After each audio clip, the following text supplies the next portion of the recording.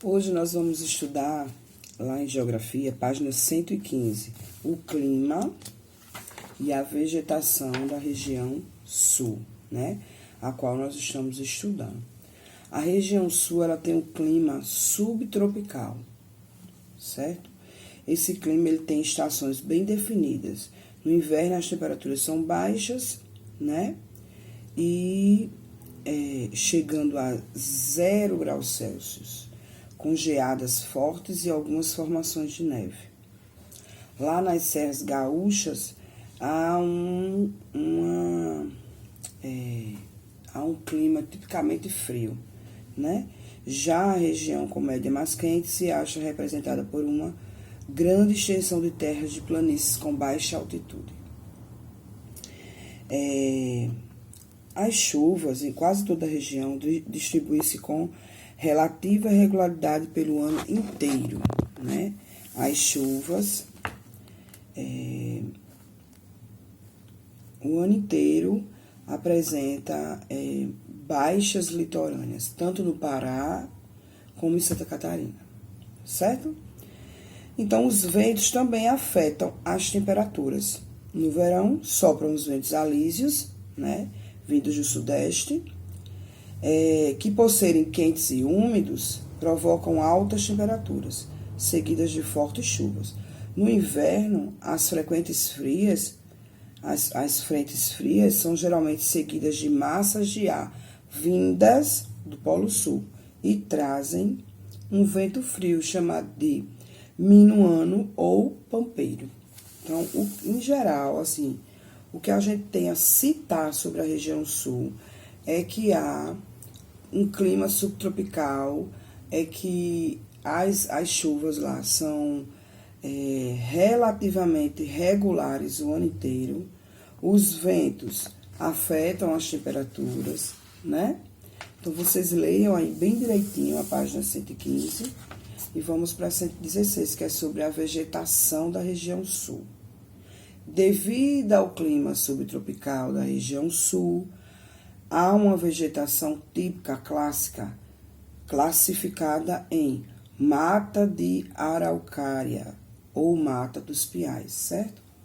Com o desenvolvimento da região, a floresta foi em grande parte destruída devido à prática da agricultura, da pecuária e da extração do pinho, madeira utilizada para a construção de casas e fabricação de móveis.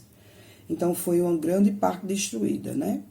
Mas, hoje, o que resta da mata, que é 2 ou 3%, o governo, ele preservou, né?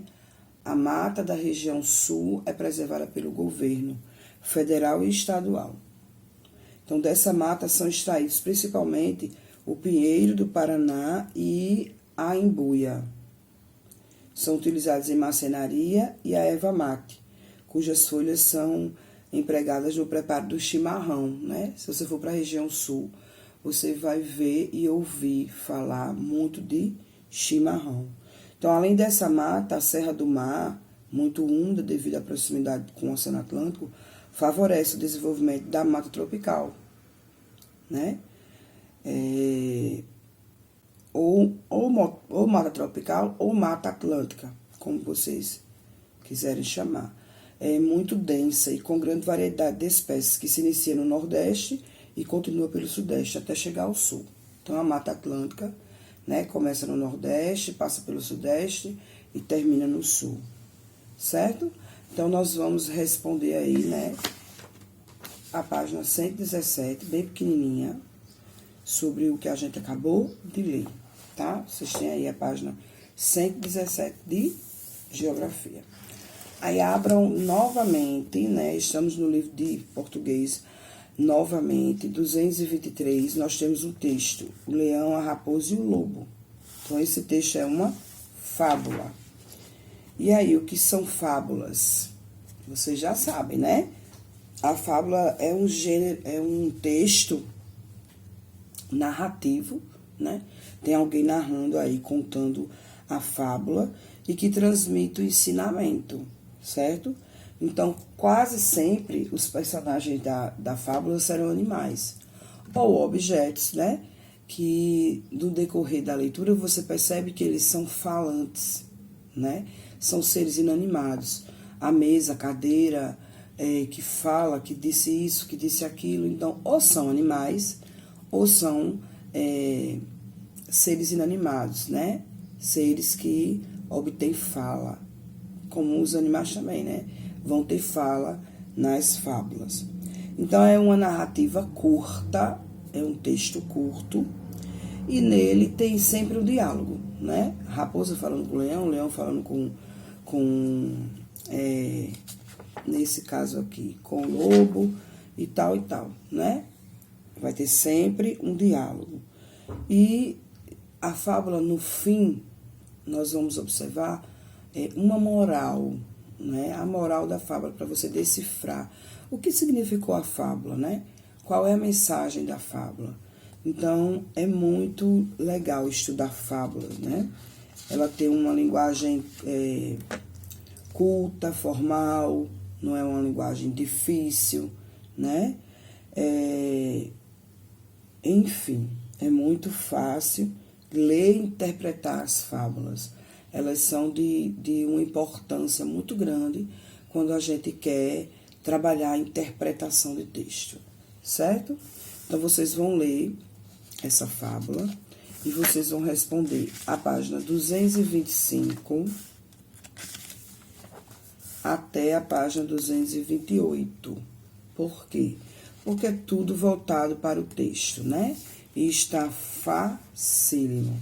225, 226, 227 e 228, certo? É muito importante que vocês leiam o texto para entender, né? Entender a moral do texto, entender tudo bem direitinho e responder aí esse exercício que está facílimo, certo? E vocês vão gostar de ler essa fábula.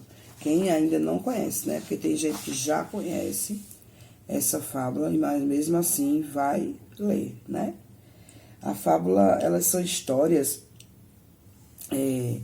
que, a exemplo de conto popular e de conto de fadas, elas conservam a estrutura de enredo, de composição, que sobrevive a todo tipo de modificação. A fábula é um dos poucos textos, né? Poucos gêneros textuais que você vai identificar ligeirinho. Isso é uma fábula, né? A gente identifica muitos gêneros textuais, mas a fábula é de primeira. Então, é muito importante que você leia e compreenda, né, a fábula para exercitar aí a interpretação, certo? Aí, uma vez, um aluno me perguntou o que era fábula de Esopo, né? De Êxopo. Aí eu disse, o Esopo, né? Que tem gente que fala assim, ele foi uma pessoa, um fabulista, alguém que fez fábulas, muitas fábulas. Então, por isso que tem fábulas de Esopo, né? Ele foi um fabulista grego, que viveu no século VI a.C., olha só, há muitos anos atrás, né? E, pelo que se conta, ele foi escravo lá na ilha da Grécia. E teria, depois de conseguir sua liberdade, ele teria viajado por todo o Oriente. Então, viveu na corte de Creso, mas por ter consultado o oráculo de Delfos, em nome do soberano, foi condenado à morte, porque não podia consultar esse oráculo. Então, ele era tão inteligente, tão curioso, consultou esse oráculo e foi condenado à morte. Ele é um pouco um personagem lendário, né?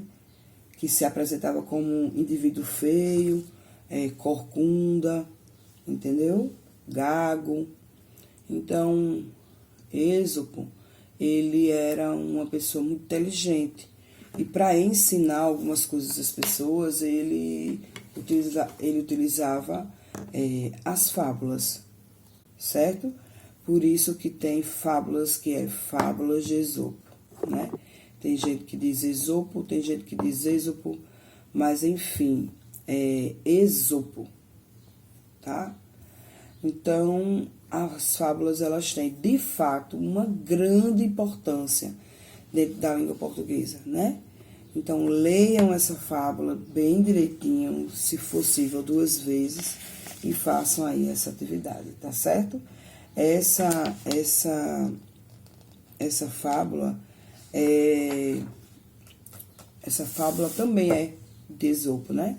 Ele também criou essa fábula aí, tá bom? Então, existem muitas fábulas de Esopo. Quando você vai pesquisar, a maioria das fábulas que você encontrar são fábulas de Esopo, certo? Um fabulista grego que viveu no século 6 a.C., ok? Então, façam a atividade de português, tá bom? Tchauzinho.